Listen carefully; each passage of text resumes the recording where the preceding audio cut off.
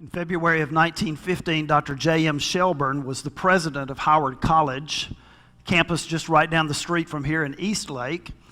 And in February of 1915, they celebrated Arbor Day on the campus there at Samford, wanting to honor the original president of the university, Samuel Sterling Sherman.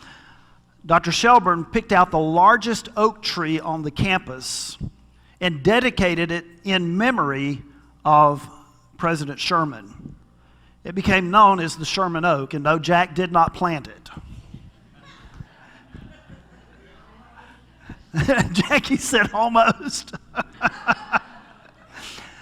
When Howard College left Eastlake, they took acorns from the Sherman Oak to plant on the Homewood campus.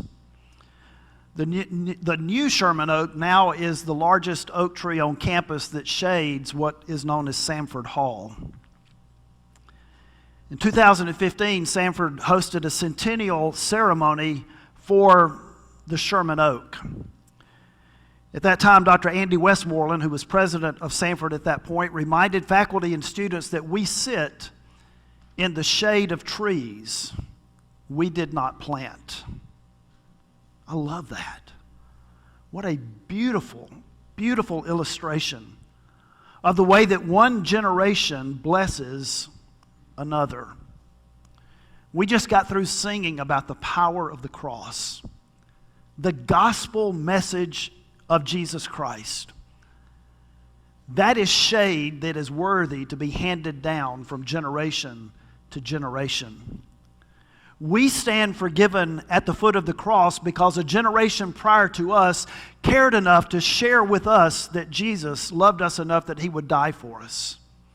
And they were able to share that message because there was a generation before them that shared it, and a generation before them, and a generation before them, and a generation before them. It goes all the way back to the beginning of time when God began to first interact with His people. In the Old Testament, Moses commanded the Hebrews to plant some spiritual trees that would provide spiritual shade from generation to generation. I want us to begin this morning in Deuteronomy chapter 6. Deuteronomy chapter 6, beginning in verse 1. Now this is the commandment, the statutes and the rules that the Lord your God commanded me, that is Moses, to teach you, that you may do them in the land to which you are going over to possess it. Now understand, Moses is going to teach them about God so that when they cross over into the land of God's promise, they will be able to follow the commands and the statutes of God. Moses is planting trees under whose shade he will not sit. He is planting trees that will bear spiritual fruit that he will never be able to see from an earthly standpoint because he is not going over with them. He goes on to say that when you cross over into the land to possess it, that you may fear the Lord your God, you and your son and your son's son, generation to generation, by keeping all the statutes and all His commandments which I command you all the days of your life, and that your days may be long. Hear therefore, O Israel, and be careful to do them, that it may go well with you, and that you may multiply greatly as the Lord, the God of your fathers, has promised you, in a land that is flowing with milk and honey. And then the great words of the Hebrew Shema. Hear, O Israel, the Lord our God, the Lord is one. And you shall love the Lord your God with all of your heart, and with all of your soul, and with all of your might.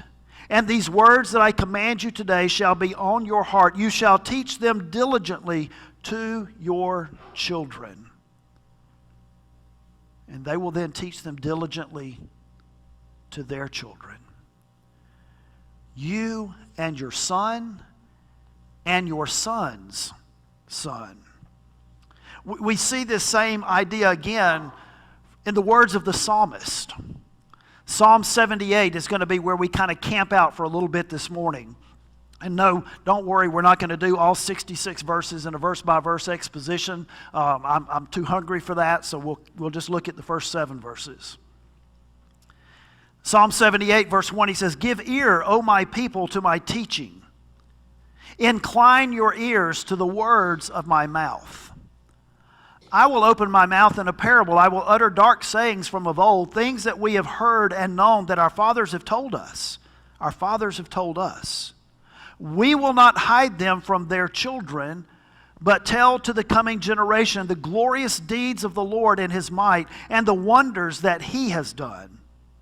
He established a testimony in Jacob and appointed a law in Israel, which He commanded our fathers to teach to their children, that the next generation might know them, the children yet unborn." Think about that. What you and I are about doing here today is going to affect generations that have not even been born yet. And that's an incredible thought.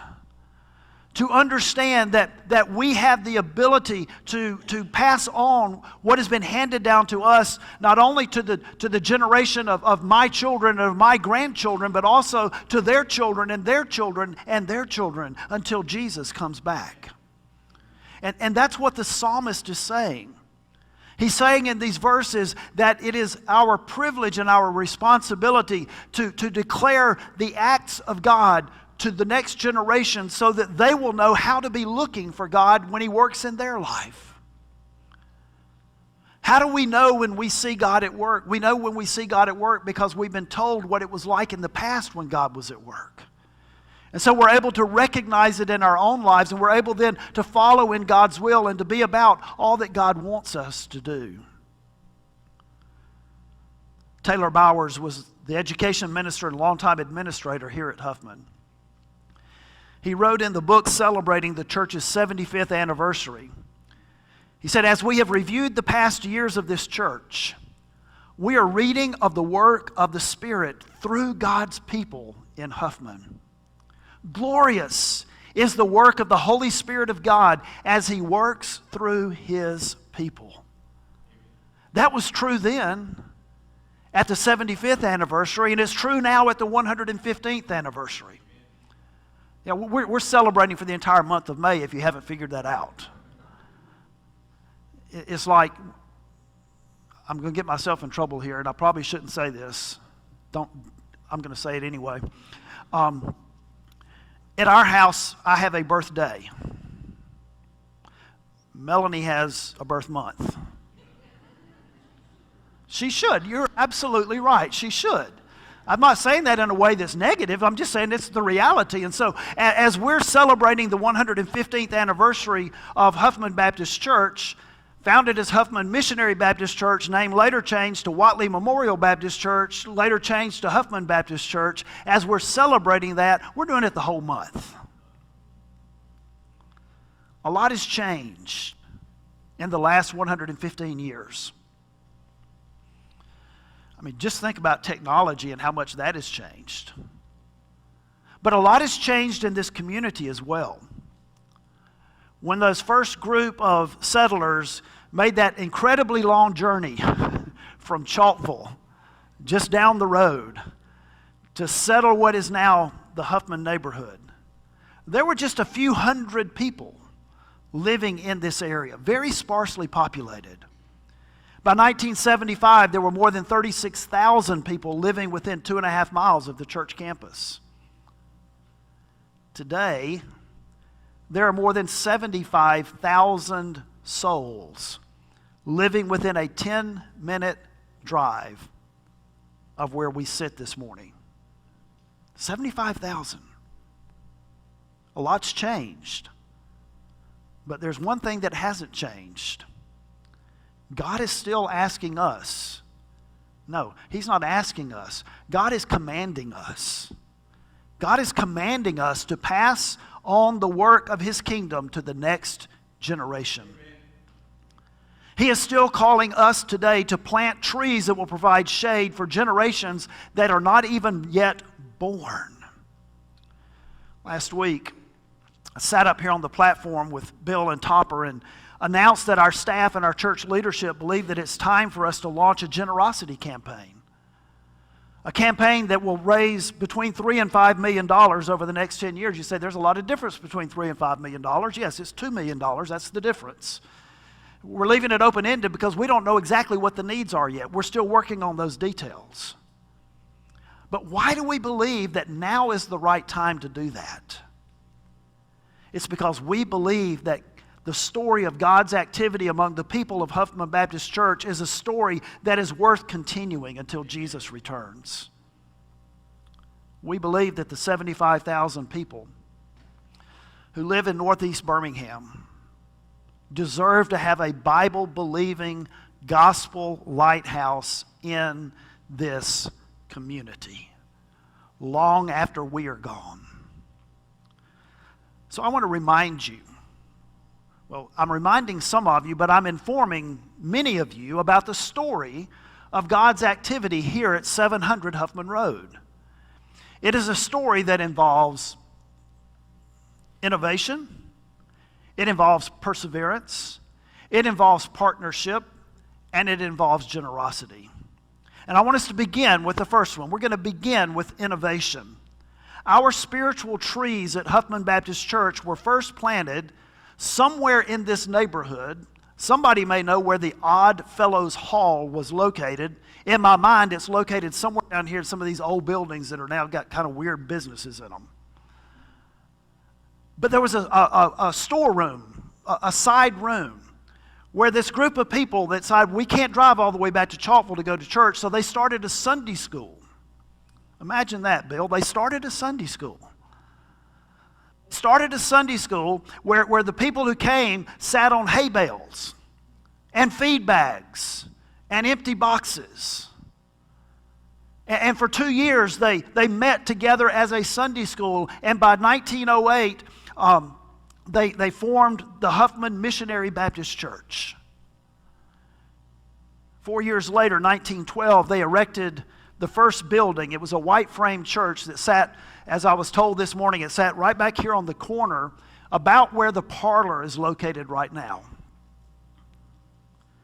From its beginning, Huffman was about more than just having buildings, and even more than just having Sunday school among those who came to the church. The church was about making Jesus known across the street and around the world. Now, the street was different. It was dirt. But still making Jesus known across the street. You see, when I think about innovation in ministry, I interpret and define innovation in ministry as simply being willing to see where God is working and make whatever adjustments in what you are doing are required in order to join Him in what God is already doing. In the early days, Huffman Baptist, then already name changed to Whatley Memorial Baptist Church, saw God working in the State Industrial School, right over here, that was for boys. And there was a church member by the name of Thomas Branham. And in 1911, a special conference of the church was called to liberate, I like that, we're going to liberate Brother Thomas Branham to exercise his gifts in public. In other words, they commissioned him to go to that school and to make Jesus known. In 1915, just 4 years later, there were 91 boys from that State Industrial School. By the way, if you don't know what the State Industrial School is, that's the reform school. That's just short of prison. 91 of those boys were members of the Whatley Memorial Baptist Church. That's innovation. That's going to where Jesus tells us to go. There was another story that caught my attention that shows that innovative spirit of the church in those days. In 1953, the church had a vision for going in, that's the Parkway, right? Going in that direction into the neighborhood that we would now call Roebuck Park. And they had a tent revival meeting in 1953. And the response to that tent revival was positive enough that the church decided to have a branch Sunday school. In 1954, they started a branch Sunday school in the Roebuck Park neighborhood. Now, this is where the innovation part really comes in. It was a bus ministry. Now, not the kind of bus ministry where you drive the bus into that neighborhood and say, everybody get on the bus and we're going to take you across the street over here to the big church. No, it was, and Huffman did that later on as well, quite successfully, I might add, but it was the kind of bus ministry where somebody came and cranked up the bus from here, and they drove it over there, and they parked it in the same location every single week, and the people from the neighborhood came and had Sunday school on the bus. That's innovation. I mean, who would have thought that you could just open up a bus and have a Sunday school class? We may need to keep that in mind at some point. Borrow a bus, open the doors, let down the windows, have a Sunday school class. You see, the church saw where God was working and made the necessary and innovative adjustments to join Him. And I think that willingness to be innovative in ministry has carried on from generation to generation. It's one of the things that we have passed down, and it's one of the reasons why we have been able to make the kind of flexible changes that we have been able to make over the course of the last several years. This willingness to be innovative in ministry led the church to reveal another value that has been evident from the beginning of the church's history, and that is the value of partnership. You see, the church intended to not just hold a tent revival and not just have a Sunday school class in the Roebuck Park neighborhood. They intended to start a church there. But the 85th Street Baptist Church, which is this direction, it's not there anymore, but it used to be in that direction, also had designs on starting a church in the Roebuck Park neighborhood. And so the leadership at Huffman said, you know what, we're not about who gets the credit. We're about kingdom work. And so 85th Street, if you want to start a church, we've already kind of plowed that ground for you. You take what we have done and you start that church. Partnership. This partnership mindset would show up again 30 years later. But there would first be another kind of innovative response to the activity of God. Again, according to the 75th anniversary history book, the inauguration of the ministry of Dr. R.B. Culbreth in May of 1965 began kind of a spirit of revival here at Huffman that immediately led to 132 additions to the church, 84 of which were by baptism. And included in the 132 were 5 new members who were deaf. Now here's where you begin to see the activity of God and His invitation to join Him. And those of you who were around in the days that Dr. Culbreth was the pastor here, you probably already know what I'm about to share. God brings 5 deaf members to Huffman Baptist Church. What are we going to do with them? Well, it just so happens, I don't believe that it just so happens, it's the providence of God, that Dr. Culbreth's wife had a degree in deaf education. And so she begins working with those 5 deaf individuals who are members of Huffman Baptist Church. And by the time the Culbreths left in 1972, the deaf ministry was firmly established. And by 1981, the deaf membership at Huffman was the largest in the city of Birmingham. Now that's the innovative side of the story. Here's the partnership part. Huffman had the largest deaf ministry in the city of Birmingham. But there were other churches that also had deaf ministries. And there was kind of a decision that was made that it's time to start a separate deaf church. Well, who do you think would do that? Probably it would be the church that had the largest deaf ministry, right? The church with the largest deaf ministry would be the church that would be able to then launch a new deaf ministry, and then all of these other deaf folks from around the city could go and be a part of that church. But that's not what happened. McElwain Baptist Church also had designs on starting a deaf church. And so in the spirit of kingdom partnership, Huffman sent 2 of our interpreters and all of our deaf members to be a part of the McElwain Church for the Deaf in 1982. That's incredible. That is kingdom partnership. There have been other partnerships through the years, throughout the 50s, 60s, and 70s. Huffman had partnerships with specific missionaries with the Home and Foreign Mission Board.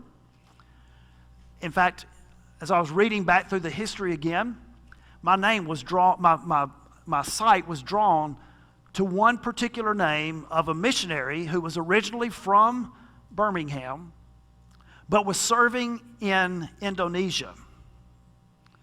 Frank and Joanne Wells. Frank came off of the mission field and became my pastor. And you supported him individually while he was on the mission field. There's some cool things that happen when you're looking for what God is doing and you just go, oh, okay, wow, yeah, I see you, God. I see what you did there. This isn't in the notes, but a couple of other connections that I made while looking through. Y'all won't remember this, but way back in the 1930s or 40s, I can't remember when, there was a pastor here who was a student at Howard College at the time, and his name was Dr. Brady Justice. Brady Justice baptized my mother at First Baptist Enterprise and married my parents. Again, one of those kind of weird, odd, cool God moments. And then in 1948, Huffman Baptist called an interim pastor who was a professor at Howard College. His name was Dr. Ray Frank Robbins. His son is my best friend in the world, has visited with us a couple of times here at Huffman. All of these weird God moment connection things, and you just look at it and you go, okay, all right, I see what you're doing there, Lord. I understand. But the idea of partnerships, that the church saw beyond itself. I think about 20 years ago when this church welcomed a large group of former Ruhama Baptist members who didn't want to make the long trip to Irondale, but wanted to stay in this community. I think about our current kingdom partnerships with Banks Academy and Elevate Birmingham and Urban Young Life and We So Love and Kingdom Family and Christian Service Mission and Positive Choices and all of the possibilities that are there. Church, today we are sitting under the shade of innovation and partnership that was planted by the generations who came before us. We're just continuing the work. That's part of the Huffman story. But the Huffman story is also a story of perseverance. I think sometimes when we think about the history of this great church, I tend to be a little short-sighted because I came to know about Huffman in the 70s. And in the 70s, there were incredible things that were taking place in this church. We remember the 80s, some of us remember the 70s, a few of us remember the 60s, and even fewer remember the 50s. But all of those decades, this church was doing incredible things and was experiencing significant growth. But think about the first 40 years of the church's existence. That's 2 world wars. It's the Great Depression. And yet the church pressed on. And I think the greatest story about the persevering spirit of this church is seen in the story of the building of what came to be known as the Pink Sandstone Church. By 1934, the church had a membership of 74. Think about that. 25 years old, a total membership of 74. And they were still meeting in the original wood frame church building that no longer met the needs of the congregation. Every time you got a little bit of rain, it flooded. Well, if you go out there and look, you can see why, because the ground level is well below the street level above it. We even experience that now. Whenever we get a good rain, if the drains are stopped up, we get water all in the office building. The baptistry was a trap door. We got a trap door up here where we've got an orchestra pit under here, but that's where their baptistry was. And they didn't have any running water, so they would have to bring the water in, and then they would have to siphon the water out when they were done. And so they said, you know what, this isn't working. Let's build for the future. Let's do something that will carry us forward. So in 1938, plans were made to erect a new, modern sanctuary in the space that is now occupied by the A building. Foundation of that sanctuary was laid in December of 1939, get this, without any architectural or engineering specifications. They literally made it up as they went. I mean, Richard, you're chairman of the facilities team. Can't you say, yeah, that looks about right to me? That's literally the way they built the building. Throughout 1939 and 1940, work continued, but at a slow pace. Church members contributed regularly to the project, but the church also borrowed money to keep the project moving forward. A lot of the work done by volunteer labor from church members. It got to a point where the basement was finished, and in order to erect the main floor of the sanctuary, they had to tear down the old white frame building because it was literally 18 inches from where the front steps of the new worship center were going to be located. So what do? You're going to tear down the existing sanctuary, and there is no other building to meet in, and so they said, okay, we're going to meet in the basement. Doesn't look like a church, but they pressed on. They continued. They would meet in the basement until the sandstone church was completed 4 years after construction began. Writing in that 75th anniversary history, William Kaiser stated, had it not been for the untiring efforts, dedication, and perseverance,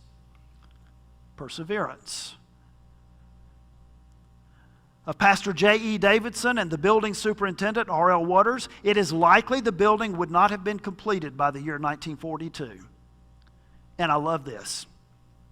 In the end, all of this points to the fact that God wished to have a Baptist church in Huffman at 700 Huffman Road. Church, that hasn't changed. That has not changed. God still wishes to have a Baptist church in the Huffman neighborhood at 700 Huffman Road. And let me tell you something, God is going to wish for that to happen until Jesus comes back. And if it ceases to happen, it's not going to be because God changed His mind. It's going to be because we abandoned, either we or a coming generation abandoned the mission that God had given us to do. Over and over, the generations who came before us faced trying times, but they also understood what James wrote. Consider it a great joy, my brothers, whenever you experience various trials, knowing that the testing of your faith produces endurance. Amen. God has been faithfully active among His people at Huffman Baptist, and His people have responded from generation to generation with overwhelming and incredible generosity. What started as a community of a few hundred when those original members of Huffman moved all the way from Chalkville had grown to a large suburban neighborhood of Birmingham by 1950. And for the next 40 years, Huffman Baptist Church flourished. To meet the needs of a growing church, members gave sacrificially, above their regular tithes and offerings, to fund the building of an education building, which I believe is our current office building and music suite. It was completed in July of 1954. The irony is that we're talking about sitting in the shades of trees we did not plant. One of the things that I just was, before they could build that building, they actually had to cut down a tree. And it wasn't just any tree, it was apparently a large sycamore tree that had kind of become the iconic thing connected to Huffman Baptist Church. But to build that building, the tree had to come down. Here's why I think the generosity of this church really shines. It was during this same time period. The church was building this education building, and they were thinking about building this worship center. This is the exact same time that they're also talking about starting a church in Roebuck Park. Think about that. You've got a rapidly growing church with financial needs of its own, building needs of its own, and yet the church is not only supporting those things, but the church is also supporting trying to start a new church. And when they abandoned the Roebuck Park idea, turning that over to 85th Street, you know what they did? They went up the road a bit, some of you already know this, and they started what later became Ridgecrest Baptist Church. It's incredible. I'm telling you, the story of this church is an incredible testimony to the activity of God and the response of His people with innovation and perseverance and partnership and generosity. Here's what was written in the 75th anniversary history.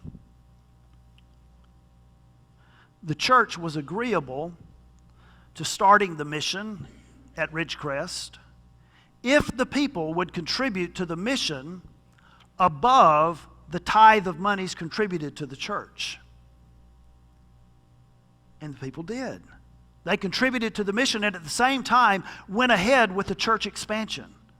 See, here's the way that most of the time, at least the churches I've served, they would have approached this saying, well, okay, we don't need to do too many things at one time. Let's get this established and then we'll go start there. Or we've got this kind of at a point, let's go start there and then we'll come back and we'll do this. No, they were doing it all at the same time. And a year after that, a year after this building was completed and that church was established, they launched a generosity campaign to raise the money to build this building.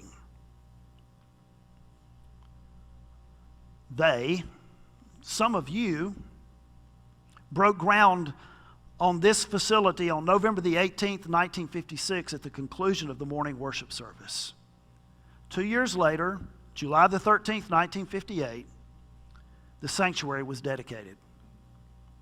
6 months later, I mean, not even time to catch your breath.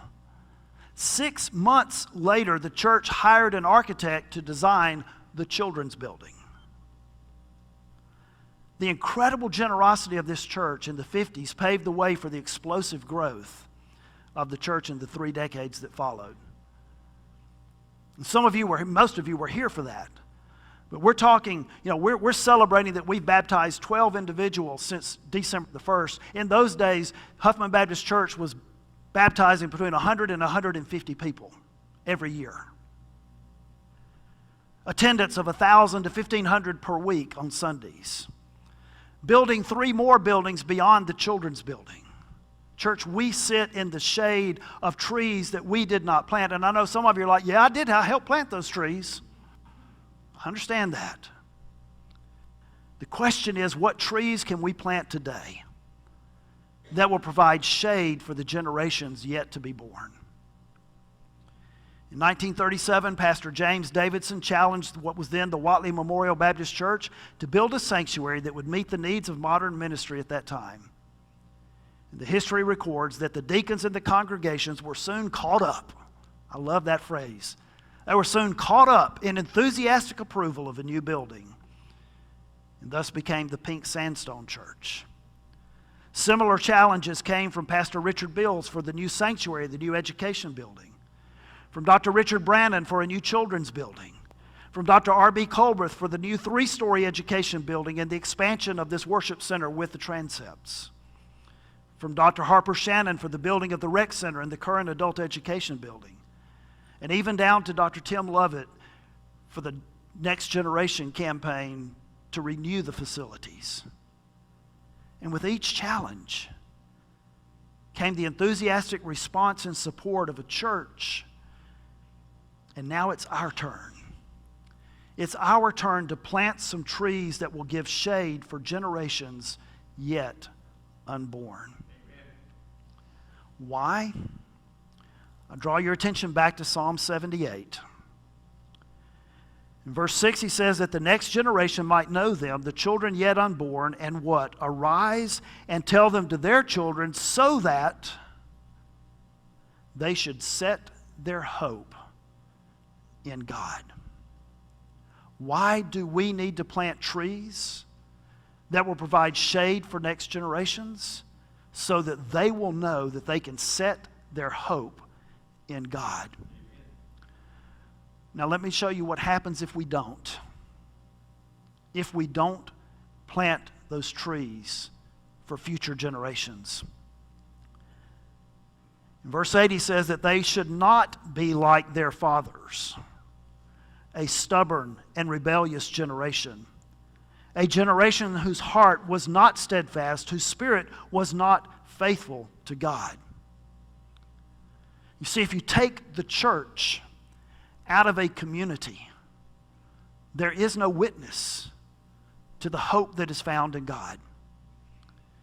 And you leave it for generations to come to be faithless, without faith, without hope, wicked. Our Generation to Generation campaign is going to provide resources to retrofit our facilities and proceed with innovative partnership-based ministries. And while we're not ready to talk about the details, I will tell you the campaign will include sacrificial giving from us as church members over and above our regular tithes and offerings. It'll include one-time gifts. It'll include legacy gifts from wills and estates. So here's what I'm asking you to do right now. I'm asking you to pray. I'm asking you to pray. Pray that we will have wisdom to move forward, to follow where God is leading. Not where I lead, not where our lay leadership leads, but where God is leading. Pray that we would have wisdom to understand that. Pray about your own participation. God, what would you have me to do? And we're not ready to ask you for a commitment at this point. But begin praying, God, what would you have me to do? Pray that God would lead us to others beyond our immediate church who have an interest in what we are doing here. Just this past week, Bill and I spent time in 2 different settings sharing the Huffman story with people who have an interest in what we are doing. Pray that God would lead us to them.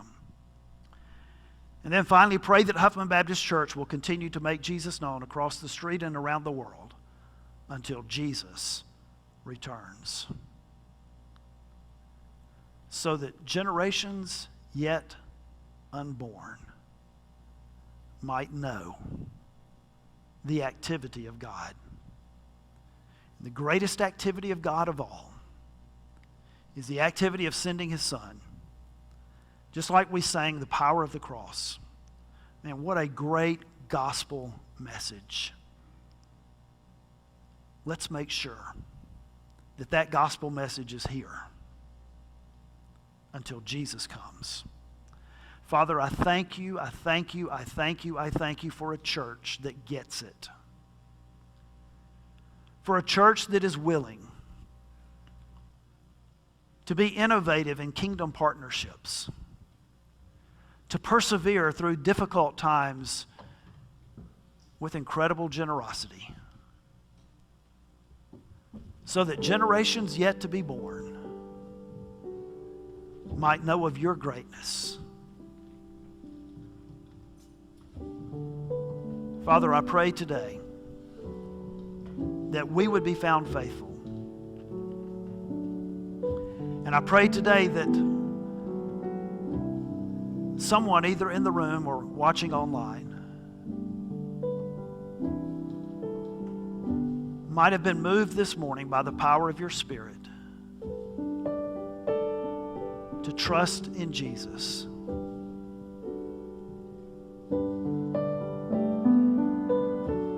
Father, have your way in our lives right now. In Jesus' name we pray.